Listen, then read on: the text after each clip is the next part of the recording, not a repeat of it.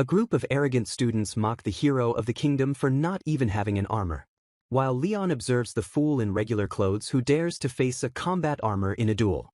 And so begins the Republic arc, where hidden truths will be revealed and justice will be served even while studying abroad. As a crazed purple-haired boy in his mech Arrogans threatens to obliterate Leon Faux Bartfort, who just smirks and tells him to try it, leading to the mech's destruction as Leon wonders how it all came to this and decides to recount the events. The story rewind begins on their journey to the Republic of Arzul, which is the setting for the Otome game sequel. Leon shouts internally that he was forced into this whole situation against his will, as he stands before a group of disgraced nobles and announces he's now in charge of them. And he promptly orders them to clean the ship until they arrive, which they immediately decry as abuse. But he explains the ship Einhorn is fully automated, so cleaning is the only chore available for them to do, smirking as he wonders if they truly grasped their lowly position, while his AI companion Luxon finds their arrogance incomprehensible.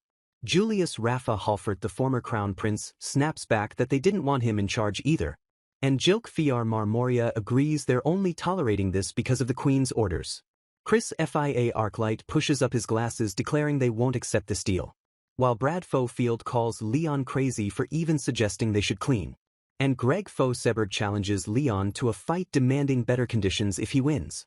Leon yells back from a rope that being in charge of them is a punishment from hell, and he didn't want to study abroad any more than they did. A quiet elf boy watches the chaos, feeling jealous of people who can live so thoughtlessly. Suddenly Marie Faux Lafan, the former saint, cries out, "Master," with tears of joy in her eyes. As Jilk comforts her, she sobs that she won't have to worry about food anymore, leaving Leon baffled. He wonders what kind of life she and her followers lived, as one of them enthusiastically offers to clean the women's bathroom. Leon internally reveals that Marie was a fearsome villain but is also his sister from his past life. He reflects on how he was reincarnated into this Otome game his sister forced him to play, and now he's stuck taking care of her again. Luxion calls it a rotten bond and notes how the responsibility was conveniently forced on him, which Leon bitterly accepts. He thinks of his two beautiful fiancées Livia and Ange left behind, worrying if they'll be okay while they seem to ignore his concerns. Thus, Marie approaches him, demanding he fulfill his promise to tell her about the Otome game sequel, which threatens his peaceful life. He snaps that his annoyance is half her fault, while she playfully tells him not to be so scary. She then reveals the most important detail: the final boss of the second game is still active in the Republic of Arzul. Leon recalls that Arzul is a nation rich in magical stones which it exports, and he asks if they export a lot, but Marie says the amount isn't high because there's a trick to it. Luxion interrupts, mentioning the sacred tree, and Leon asks what that is, completely ignoring Marie, who was about to explain it herself. Luxion clarifies that the sacred tree is a perpetual energy reactor, an endless power source for the entire Republic. This means the Republic doesn't need its own magic stones for its infrastructure, industry, or weapons, allowing them to export everything they find and maintain power over other nations. Leon is stunned by how overpowered the Republic is, and Marie says that's not all. She reveals that the final boss of the game is none other than the sacred tree itself. Leon is confused, so Marie explains it's a fusion of an enemy and the tree, but it's just as strong. It becomes a giant world-ending monster, and every time it's defeated the Earth splits, making it a global crisis. Horrified, Leon realizes that the bad ending means the world is destroyed. He thinks they could destroy it before it transforms, but then groans at the thought of another world-ending crisis. Luxon points out that destroying the tree would likely cause a worldwide crisis on its own. Anne-Marie confirms they can't do it, asking her brother to consider what would happen to the Republic without its main energy source. Luxion details the collapse of their economy and industry, leading to resource scarcity and wars across the globe. Leon grimly concludes that their only hope is the game's protagonist. He asks if the worldwide crisis is avoided if the protagonist successfully seduces the main love interests, and Marie confirms this is the case, explaining the protagonist has pink hair and the last name Beltra. Just then Julius bursts in, asking if Marie is okay. He protectively grabs Marie and warns Leon not to touch her, but Leon just insults Marie's flat chest and tells them to get back to work. An argument ignites as Julius defends Marie's honor. Leon questions his taste and Marie furiously insists she's not flat. Suddenly an alarm blares as a Republic Guard ship appears above them, announcing an inspection, but Leon is annoyed by their rude approach. Julius warns Marie that the powerful Republic treats foreigners harshly and she's about to experience it herself. Guards storm their ship, And Leon stands firm as he's surrounded by Republic soldiers and their imposing leader. The leader scoffs at their ship, calling it ridiculous for a small kingdom like Halford. He then gestures to a large covered object, asking if it's the armor they brought. He orders the cover removed as Leon mentally prepares for Luxion's anger. The sheet is pulled back to reveal Leon's massive imposing black mech Arrogans. Its head glares down menacingly, shocking the Republic leader and his guards into silence. After a moment, the leader scoffs while Leon thinks about how they've heavily modified Arrogans since it was last damaged. The leader insults the mech, calling it ugly, tasteless, and low performance. Then he says there's no problem and turns to leave. Luxion asks if they should sink the inspection ship, but Leon sighs, saying they can't. Arrogans' voice rumbles that while it's furious, it will mark this as a debt to be collected with interest later. As they approach the Republic's dock, Luxion sarcastically calls Leon's decision cold and calculated and twisted. Luxion then tells him to look at the sacred tree in the distance. Leon is stunned into silence. The entire group stares in disbelief. As their ship approaches a colossal floating island with a gigantic tree at its center, and Leon stammers that it's unbelievably huge. He panics at the thought of fighting such a monster, realizing the world is truly in danger. Looking at the tree, he curses this cruel Otome world, knowing one wrong move will cause that giant to go on a rampage. He resolves to stay in the background this time and just support the sequel's protagonist from behind. Remembering his promise to Ange and Livia to solve everything and live happily with them, he thinks about how the protagonist must captivate the guys.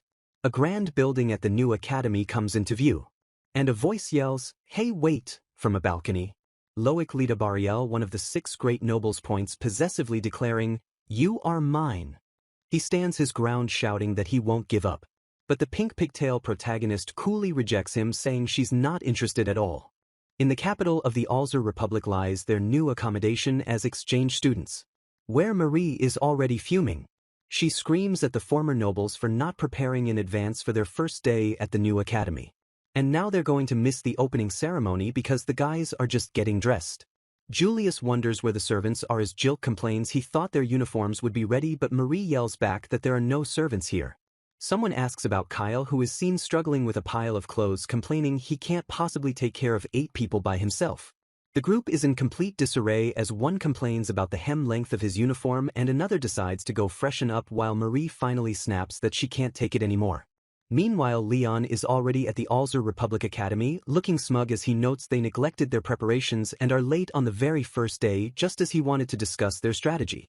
Luxion suggests they should first find the protagonist, and Leon asks the AI to locate her before deciding to sort out the situation himself.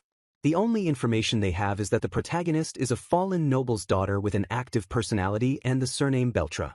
And a quick screening of the students reveals a shocking result. There are 2 girls who fit the description, Noelle Beltra and Lilia Beltra, and they are twin sisters. Leon is stunned by this unexpected twist. He complains that he never heard about twins and demands to know which one is the protagonist, but Luxion states there isn't enough data and it could be either of them, deciding he'll have to approach both of them to find out. Leon excuses himself and walks into a common room. He finds a lone girl and asks if she's from the Halford Kingdom's exchange program, noting there are fewer students than he expected. He watches her intently. She introduces herself, saying she's been assigned to look after them. And with a bright smile, she says her name is Noelle Beltra. Leon internally panics, realizing he's face-to-face with one of the potential protagonists. Her companion, a commoner boy named Jean, introduces himself, but Leon is still reeling from the shock. Noelle thinks he can't understand her language, but Leon quickly reassures her he's fine and gives his name as Leon Faux-Bartfort. She asks if the others will be joining them later, and Leon apologizes for his troublesome group. Noelle just smiles and says it's fine. She then suggests they head to the classroom first. And as they walk, she offers to show him the facilities, making Leon think she's quite easygoing and friendly. They walk through the grand halls of the academy. And after their tour, Leon waves them goodbye. He confers with Luxion, still processing his encounter with Noelle, and again exclaims that there are twins. Back with Marie, he explains the problem, saying he had no idea there were 2 potential candidates, but one of them is definitely the protagonist. Marie stresses the urgency of the situation because if the protagonist fails, it means a world-ending catastrophe. She insists they must identify the real one as soon as possible. Leon snaps that he knows, but they started with terrible information. Marie gets frustrated, demanding better leads since appearance can be changed, but Leon suddenly gets an idea. He suggests they can simply check if either of them has a boyfriend or not. Since they know who the capture targets are, the real protagonist would likely already be close to one of them. Lux Ion adds another layer of complexity, explaining the protagonist must possess the power of the Holy Tree Priestess's bloodline, and since they are twins both could have it, and also reveals there's a villainess in this part of the story too. Marie explains the villainess is the daughter of the top family in the Republic, the Ralts.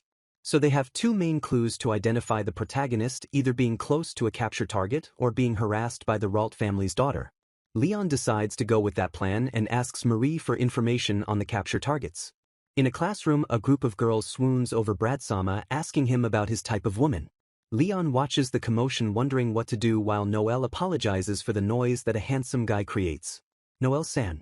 Leon tries to downplay his own status as a mob character, but Noel points out he's the heir to a count's house.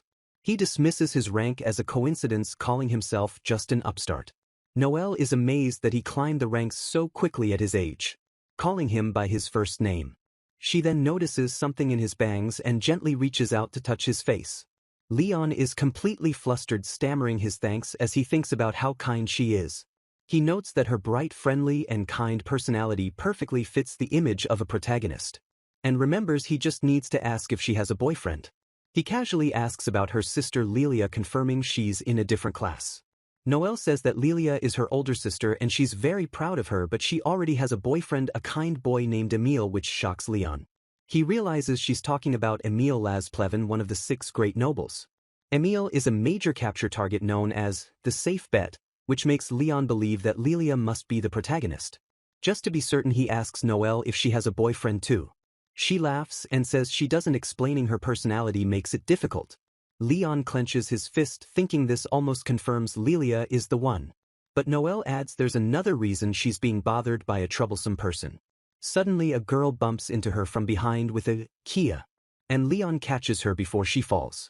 As he asks if she's okay, his heart pounds as he accidentally touches her chest. Noel pushes him away, yelling at him, asking what his problem is. The girl who bumped into her smirks, blaming Noel for sticking her butt out into the hallway. Noel glares at the newcomer Louise Sarah Ralt.